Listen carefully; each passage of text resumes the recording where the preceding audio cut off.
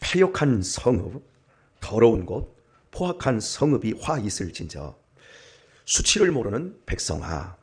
이렇게 하나님께서는 스바냐 선지자를 통해서 유다 백성들의 죄를 책망하셨습니다. 그 부르는 호칭으로 봤을 때 정말 어마무시한 하나님의 진노를 느낄 수 있습니다.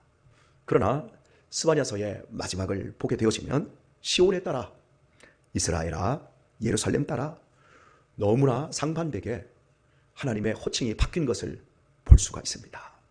너무나도 상냥하고 너무나 많은 사랑의 마음을 담으시고 같은 이스라엘 백성을 부르시는데 어떻게 이렇게까지 할 수 있을까 의문이 들 정도입니다.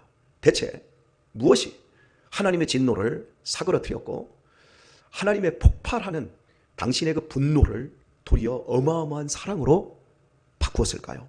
대상은 똑같은 대상인데 어떻게 이럴 수 있을까요? 그 이유를 15절부터 말해주고 있는데 굉장히 중요한 말씀이라고 할 수 있습니다. 그리고 15절의 말씀은 너무나도 스케일이 크고 포괄적인 말씀이라고 생각을 하시면 될 것 같습니다. 여호와가 너의 형벌을 제하였고 너의 원수를 쫓아내었으며 이스라엘 왕 여호와가 너희 중에 있으니 네가 다시는 화를 당할까 두려워하지 아니할 것이라.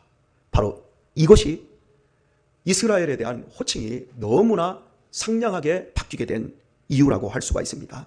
먼저 네 가지로 나눌 수 있는데 첫 번째로는 하나님이 너의 형벌을 제해버렸다, 없애버렸다, 이것 때문이고, 두 번째는 너의 원수를 쫓아냈기 때문이라고 말씀하고요. 세 번째는 이스라엘 왕, 하나님을 왕으로 말씀하고 있어요. 이스라엘 왕 여호와가 너희 중에 있기 때문이라고 말씀합니다. 이게 세 번째 이유입니다. 그리고 네가 다시는 화를 당할까 두려워하지 아니할 것이라. 이제 두 번 다시는 화를 당하지 않는다는 겁니다. 어떤 화입니까? 바벨론의 포로로 끌려가서 70년 동안 그 모진 포로 생활과 같은 이러한 주인을 잃어버린 고아처럼 더 이상 화를 당할까 두려워할 필요 없다. 이 네 가지 이유 때문에 하나님은 이스라엘을 향하여 아름다운 호칭을 쓰시고 그리고 전심으로 기뻐하고 노래하라고 말씀하고 있습니다. 똑같은 대상인데 어떻게 이렇게 급변하여 말씀을 다르게 하시고 계신가? 여러분에게 제가 한마디 한번 물어보겠습니다. 이스라엘 백성들이 결국 바벨론의 포로로 끌려갑니다. 그리고 말씀드린 대로 70년 동안 나라 없는 서름 속에서 포로 생활을 하게 되어집니다. 그리고 돌아옵니다. 그래서 형벌이 제해진 거죠. 우리가 성경을 해석할 때 놓치면 안 되는 정말 중요한 사실, 매를 그만큼 맞았기 때문에 형벌이 없어진 거지요. 지금 하나님이 수치를 모르는 이 패역한 백성아, 이 더러운 성읍아, 이렇게 말씀하시고 오늘 본문에서 시온에 따라 아름다운 호칭으로 바뀐 이 사이에는 이제 역사적으로 70년이라는 이스라엘 백성들의 포로 생활, 나라는 멸망하고 어지간한 젊은 사람들은 다 죽임당하고 왕족과 귀족들 그 몇만, 얼마 되지 않는 사람들만 포로로 끌려갔다가 그들을 하나님이 신원하시고 그들을 회복하는 역사가 중간에 끼어 있습니다. 실제 역사 속에서 이런 일이 벌어졌습니다. 그러니까 이스라엘 백성들이 심판을 받았고 그들이 70년 동안 형벌을 받았기 때문에 형벌이 제해지고 하나님이 그 중에 계시고 원수가 더 이상 이스라엘을 괴롭힐 수가 없으며 다시는 화를 당하지 않는 이런 삶, 이렇게 그들이 형벌을 당했기 때문에 이 삶이 이루어진 건가요?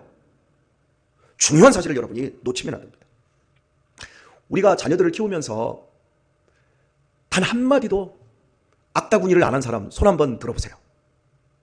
내 사랑하는 자녀를 향해서 이 악다구니를 했다라고 하는 이 표현이 적절한지는 모르겠으나 우리는 지지고 볶아대며 삽니다. 맞지요? 내가 낳은 내 자식이라 할지라도, 내가 입양해서 키우는 내 자식이라 할지라도 화가 복받칠 때 야 이놈아 어쩌고 저쩌고, 심지어 충청도에서는 자식을 향해서 야 이 쳐죽일 놈아, 뭐 이렇게까지 악다구니하고 욕을 합니다. 하지만 금방 뒤돌아서면 부모가 그 자식을 향해서 갖는 애달픈 마음, 사랑의 마음, 그리고 아들, 딸, 저런 육신을 이렇게 했을망정 금방 또 돌아서면 아들. 그리고 잠자는 그 자녀들의 평온한 표정을 보면 가슴이 메어질 정도로 내가 왜 너한테 손찌검을 했을까? 이런 자괴감도 갖는 게 이게 부모입니다. 그래서 훌륭한 자식들, 될성 부를 자식들은 부모가 자식을 혼낼 때마다 이게 아버지의 사랑이고 어머니의 사랑이지. 하지만 튕겨져 나가고 비껴져 나갈 자식들은 왜 실력도 없으면서 놔놓고 왜 나 같은 사람 입양해서 이렇게 힘들게 만들어? 이렇게 반응하는 방식이 틀립니다. 그러나 정말 중요한 사실은 부모님의 앞다구니가 실은 사랑이라고 하는 사실이지요. 그죠? 어마어마한 사랑입니다. 옆집 사람은 내가 스마트폰을 하든지 게임을 하든지 뭐 나쁜 짓을 하든지 신경 쓰지 않습니다. 밖에 나가서 인사를 안 하고 다녀도 뭐라고 하지 않습니다. 속으로 저는 배우지 못한 녀석 이렇게 속으로는 욕할 망정 그 아이를 위해서 혼내키거나 큰 소리 치지 않습니다. 왜? 사랑이 없으니까요. 그러나 하나님은 우리를 창조하신 우리의 근원적인 아버지이십니다. 그 아버지가 우리를 사랑하십니다. 어떻게 사랑하십니까? 무섭게 사랑하십니다. 포기하지 않는 사랑으로 사랑하십니다. 우리가 야고보서를 읽고 또 히브리서를 보아도 알 수 있는 것이 무엇입니까? 우리는 사생아가 아니라는 사실입니다. 그래서 징계가 따르고 우리의 인생에 시험이 있고 환란이 있습니다. 그래서 하나님이 우리를 사랑하는 그 사랑에 온전히 부응하고 알아가고 하나님과 우리 사이에 막힘없이 사랑하고 기뻐하고 우리가 아버지를 누리게 하시고 우리가 아버지를 사랑하도록 하나님은 우리를 가만 놔두지 않습니다. 이 사랑을 혹자는 이렇게 표현합니다. 무시무시한 사랑, 결코 포기하지 않는 사랑. 이 사랑 때문에 저와 여러분이 있습니다. 그렇다면 자, 형벌을 제하여 버렸다라고 하는 이 표현을 오늘 저희가 이제 해석하기를 원하는데요. 질문 하나 한번 드려보도록 하겠습니다. 여러분 집에서 사용하는 그릇 중에 여러분이 쓰는 여러분의 밥그릇이 있을 겁니다. 식구가 이렇게 많더라도 저는 제 수저와 젓가락이 따로 있습니다. 밥그릇도 따로 있고요. 그런데 이 그릇이 깨끗해야 합니까? 더러워야 합니까? 여러분이 밥에 밥을 풀 때 국을 담을 때 여러분의 밥그릇 상태가 더러우면 어떻게 합니까? 설거지 하시죠? 그런데 이게 더러우면 밥을 담아서 먹을 수 있어요? 없어요? 뭐 안 해요. 안 할 뿐이에요. 더러워도 담아서 먹어도 돼요. 맞죠? 안 해봤기 때문에 여러분이 지금 그러는데 밥그릇이 더러워도 밥을 담아 먹을 수 있다니까요. 제가 군대에서 처음에 군대 갔을 때 가평이라고 하는 곳에 상색 가평이라는 곳 제3 그 야수교가 있어요. 야전 수송 교육대가 있는데 여기에서 제가 이제 3주간 이제 훈련을 받고 자대를 가게 됐는데 거기 갔더니 수도 시설이 없는 거예요. 우리가 이제 밥을 식판에 봤는데 옛날에 식판은요 붉은 식판 아니면 파란색 식판이었어요. 이게 뭘로 되어 있었냐면 플라스틱으로 되어 있어요. 그런데 밥을 배식을 해서 밥을 이렇게 먹어요. 먹은 다음에 이걸 닦을 수도 시설이 없으니까 옆에 개울가로 가는 거예요. 개울가로 가서 이제 그걸 닦아요. 그런데 닦는데 무슨 수세미나 퐁퐁이 없어요. 흙을 퍼서 모래를 퍼서 모래로 쑥쑥 문대는 거예요. 그런 다음에 이렇게 흐르는 물에다 담궈요. 그러면 거기 야전 수송 교육대에 지금 들어와 있는 사람이 기수별로 매주 한 기수씩 들어오는데 기수별로 한 150명씩 들어와요. 그러면 450명이 개울 조그마한 데 하다 보면 위에서 밥대기 다 때려놓고 이래요. 쑥쑥 닦아서 훅 해요. 그 다음에 슉 하다 이렇게 봐요. 기름기만 없으면 끝나요. 옛날에 기름기도 없었으니까 대충. 그리고 이제 그 식판을 내 관물대로 넣고 밥 먹을 때 또 가져가서 먹고 수저도 이렇게 한단 말이야. 3주간. 더러워서 못 살지요. 그래도 배고프면 다 먹어요.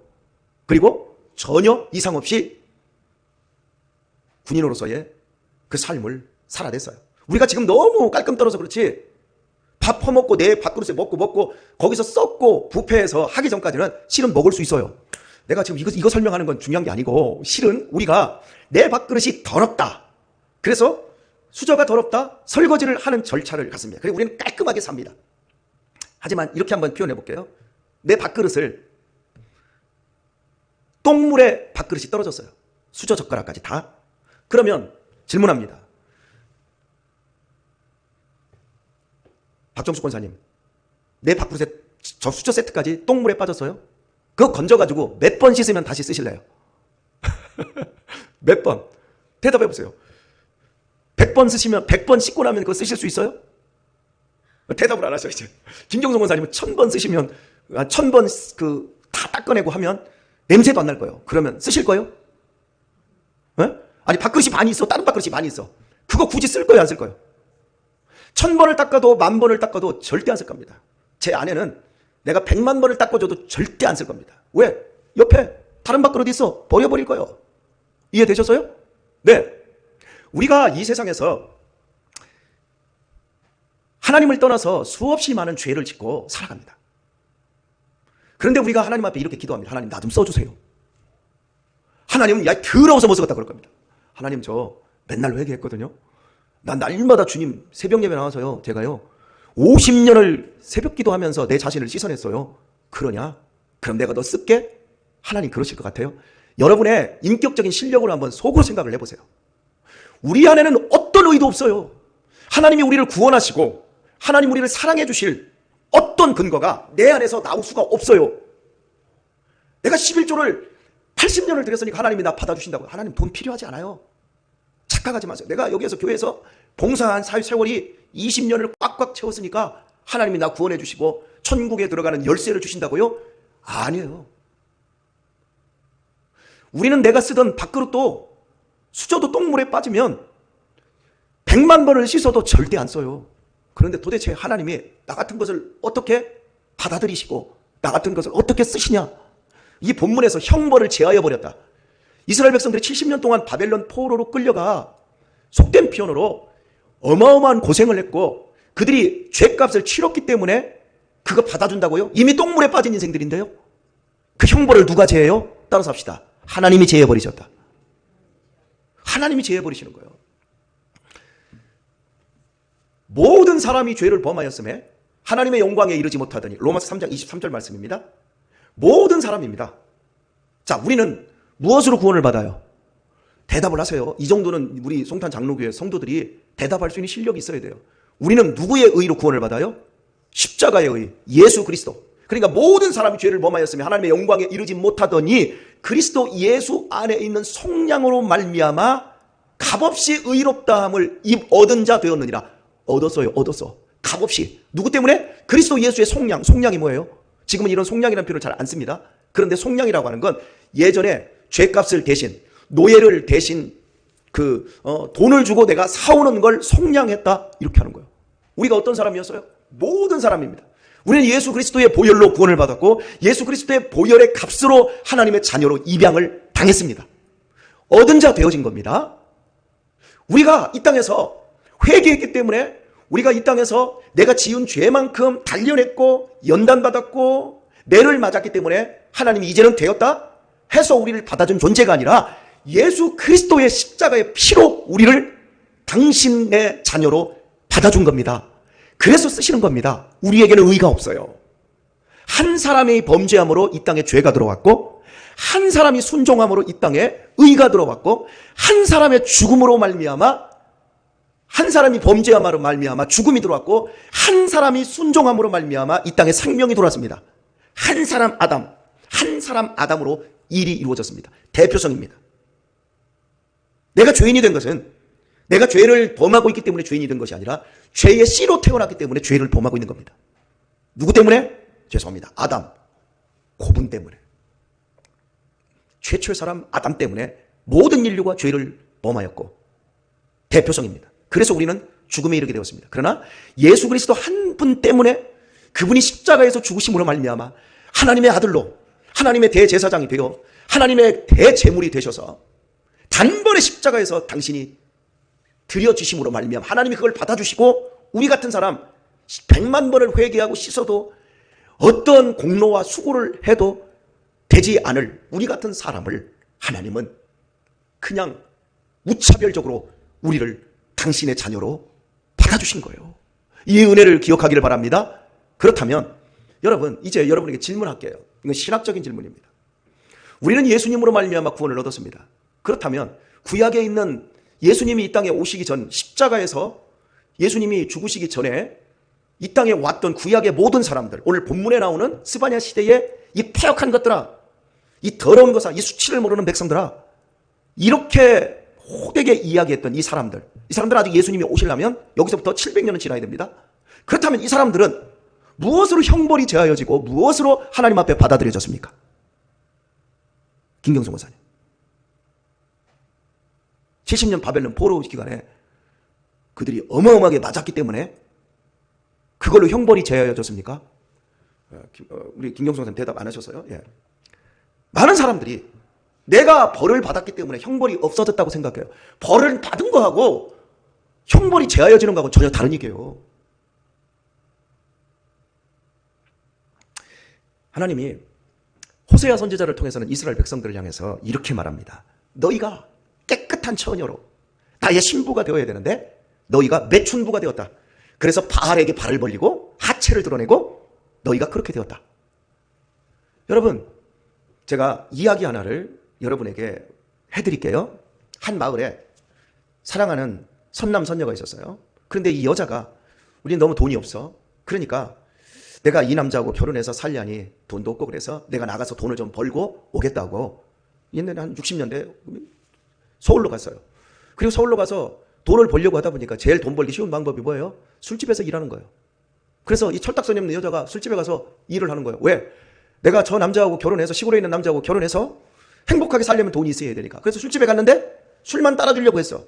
근데 술만 따라집니까? 술 취하고. 결국 몸까지 주는 이러한 여자로 바뀌어버렸어요. 그러다 보니까 돈도 써야 되고 화장품도 사고 이러다 보니까 이 포주에게 빚을 많이 져가지고 이제 팔려다니는 여자가 돼버렸어요. 그래서 여기 팔려가고 저기 팔려가고 그러는데 남자가 어느 날 몇 년 있다가 찾으러 왔어. 이 여자를 찾으러 와가지고 이 여자를 만난 거예요. 술 따르는 여자가 됐고 몸 파는 여자가 되었어요. 그리고 이 포주에게 이 남자가 찾아와서 이 사람의 모든 몸값을 다 지불을 했어요. 그리고 이 여자를 이제 앞에 앉혀놓고 이야기를 합니다.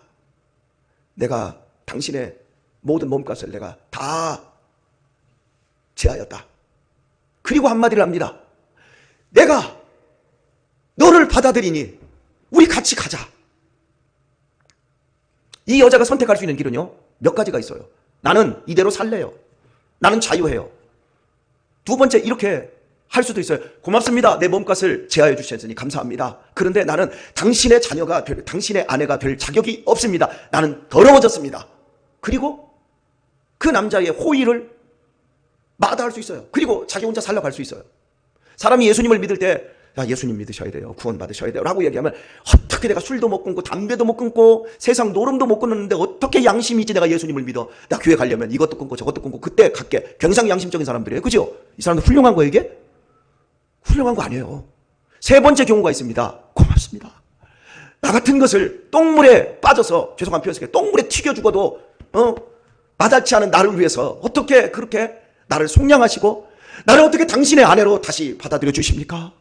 고맙습니다. 고맙습니다. 하고 남자를 따라가 남자와 결혼해서 살 수도 있어요. 결혼 이후에 이 여자가 어떻게 살까요? 이제부터 이 남자에게 사랑을 받아내기 위해서 이제부터 이 남자만 사랑해야지 하면서 최선을 다해 새벽부터 저녁까지 일하면서 이 남자에게서 받은 내가 그 값을, 돈값을 내가 치르기 위해서 그렇게 살아갑니까? 그거 사랑 아니에요. 이 여자가 나 같은 쓰레기, 똥물에 빠진 나 같은 여자를 이 남자가 죄의 값을 치러줄 뿐만 아니라 나를 사랑으로 아내 삼아 주었으니 이미 사랑받았으니 그때부터 이 사람이 충성하고 이 남자를 위해서 진정한 사랑을 위해서 자기의 목숨도 내어놓는 사랑을 펼치지 않겠습니까? 오늘 교회 들어와서 우리가 어줍지 않게 내가 형벌받고 내가 시험당하고 내가 하나님을 기쁘게 할 수 있다라고 하는 내가 의로워질 수 있다라고 하는 그 조금 내가 이 교회에서 20년 개척해서 이만큼 세워놨어요. 그게 의가 되는 순간 저는 똥물을 다시금 뒤집어 쓰는 거와 똑같은 거예요. 아무것도 없는 거예요. 우리의 의로. 오늘 본문에서 형벌을 제하해버렸다. 이건 바벨론 포로와 전혀 상관없이 하나님이 그들을 무시무시한 사랑으로 포기하지 않는 사랑으로 대하는 것과 동시에 이 구약시대에 이 사람들이 다 누구를 통해서 형벌이 제하해졌습니까? 아직 예수님이 오시지 않았지만 오실 예수님을 바라보면서 예수님 때문에 이 사람이 한 사람의 범죄로 죽음이 들어온 이 땅에 이들 역시도 한 사람이신 예수님으로 말미암아 그 죄 용서를 받았다는 사실입니다. 이걸 여러분이 기억하셔야 돼요. 예수님 놓치면 우리 인생 끝나는 거예요. 오늘 말씀을 맺도록 하겠습니다. 지난주 초였든지 지지난주 주말이었든지 뉴스를 제가 봤는데요. 여기 서운산이죠. 서운산의 앞쪽에 절이 청룡사이고 뒤쪽에 서운산 그 뒤쪽에 칠장사가 있지요. 그 절에서 화재가 났어요. 그 화재로 인해서 우리나라의 그 불교의 조계종이 있어요. 조계종이 우리나라 불교에 거의 한 70% 80%를 차지할 정도로 어마어마한 큰 그 교단입니다. 그 교단의 최고 높은 사람이 누구냐면 총무원장이에요. 불교의 대통령과 같아요. 그런데 이 불교의 대통령과 같은 총무원장을 두 번이나 지낸 자승 스님이 그 불에 돌아가셨어요. 근데 왜 죽었냐면 자살을 했어요. 보여지는 거에 보면 차에다가 휘발유 2통을 들고 자기의 거처, 여기 거처도 아닌데 여기 자살을 온 것 같아요. 어쨌든 간 이 와가지고 요 사체, 스님이 주무시는 방에 자기가 휘발유를 다 찌르고 그리고 불을 질러서 죽었어요. 참 뉴스를 보면서 아니 총무원장이 왜 죽었을까? 근데 그걸 이제 불교에서는 소신공양이라고 발표를 하더라고요. 소신공양이 뭐냐면 몸을 부처님께 바치는 행위, 자기의 목숨을, 그러니까 끊어도 그 끊어지지 않는 욕망과 욕구와 이 세상에 대한 집착을 이 불교 스님들이 어마무시한 수행으로 이것을 벗으려고 하잖아. 근데 벗어도 벗어지지 않으니까 소신공양으로 자기의 몸에, 이게 김동리의 소설 등신불이라고 하는 단편소설이 있어요. 제가 그 단편소설을 읽은 게 20대 중반에 읽었는데 그래서 내가 등신불 소신공양을 잘 알아요. 어쨌든 간 이 불교계에서는 이걸 소신공양으로 이야기를 하는데 비판이 아직 많아요. 아니 자살을 했는데 무슨 소신공양이냐. 등신불은 소신공양을 어떻게 하냐면 굶어요. 이제 죽을 때까지 굶어요. 사람이 물만 먹고 죽을 때까지 굶으면 40일 50일까지 견딥니다. 그러면 여기다가 천을 감아요. 천을 감고 아주가루 있지요. 아주가루 기름을 갖다가 몸에다 계속 발라주는 거예요. 그러면서 바짝 마른 상태에서 부처님, 내가 내 몸을 당신 앞에 드립니다. 나의 욕망과 나의 욕구와 세상에 대한 집착, 버리지 못한 내 몸뚱이 받아주세요 하고 이제 마지막 죽을 때 되면 이걸 천을 조금씩 더 한 다음에 아주가루 기름을 계속 묻혔잖아요. 씻지도 않고. 그럼 아주가루 기름이 몸에 다 배었어요. 그리고 천을 두껍게 감았어요.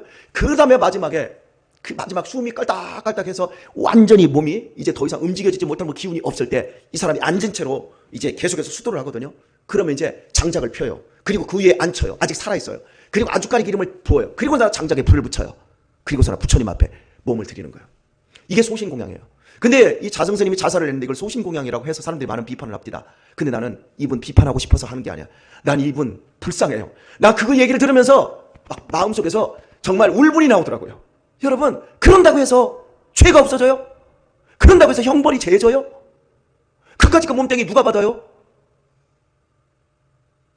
여러분, 우리가 이 땅을 살아가면서 내 죄가 어떻게 없어지는지 그 원리를 아셔야 돼요. 소신공양으로 모든 인류가 몸뚱이를 다 태워서 하나님 앞에 드린다? 하나님 안 받아요.